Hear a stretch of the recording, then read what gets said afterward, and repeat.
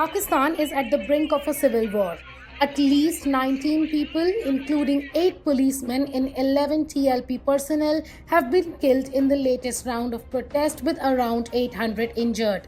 These protests are led by the banned outfit Tehreek-e-Labbaik TLP against the Imran Khan government PTI, that is Pakistan Tehreek-e-Insaf.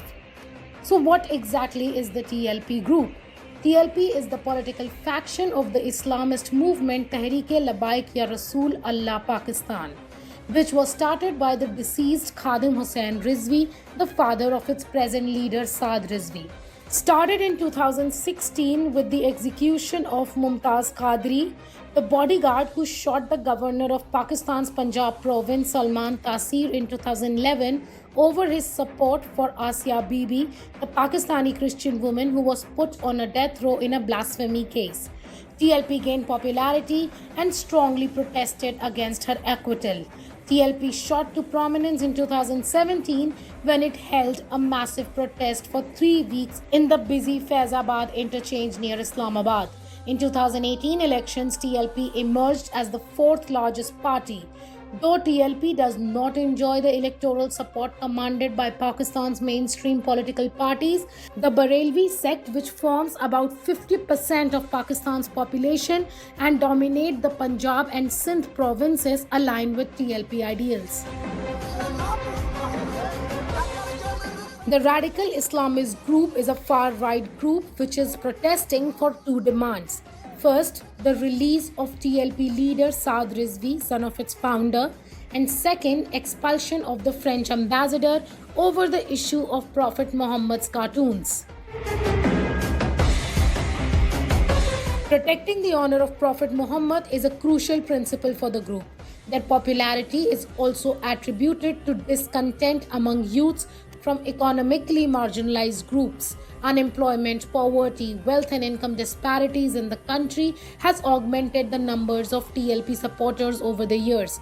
A key TLP demand since the Prophet Muhammad cartoons in the French satirical magazine Charlie Hebdo has been expulsion of the French ambassador to Pakistan.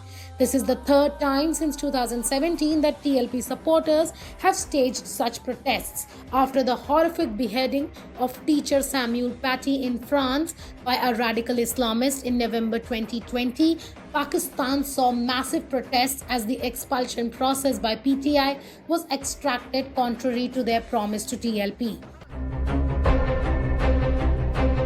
The Imran Khan government has botched the handling of TLP protests. Every single move of PTI has resulted in even more violent protests over accusations that PTI failed to keep its promises. PTI agreed in National Assembly last year it would discuss TLP's demand to expel the French ambassador, severing ties with France and boycotting French products within 3 months in Parliament, but it failed to do so by April deadline. On 12th April, when the protests erupted, the government detained TLP leader Saad Rizvi. PTI also declared TLP as a proscribed organization on April 15th. Rizvi's release is one of the 2 major demands of TLP during the current protests. The TLP threatened Imran Khan's government to stage a sit-in in Murdike near the city of Lahore and then march towards Islamabad, following which PTI released 350 activists of the banned group. Giving in the pressure, PTI said it accepts the demand of the proscribed Islamist group. However, it said that TLP's demand to shut down the French embassy cannot be met.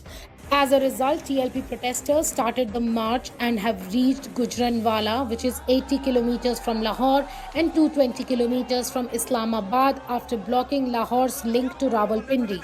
Amid all the ruckus, Pakistan's Information Minister Fawad Chaudhry has said the cabinet has decided to treat TLP as a militant organization and it will be crushed as other such groups have been eliminated.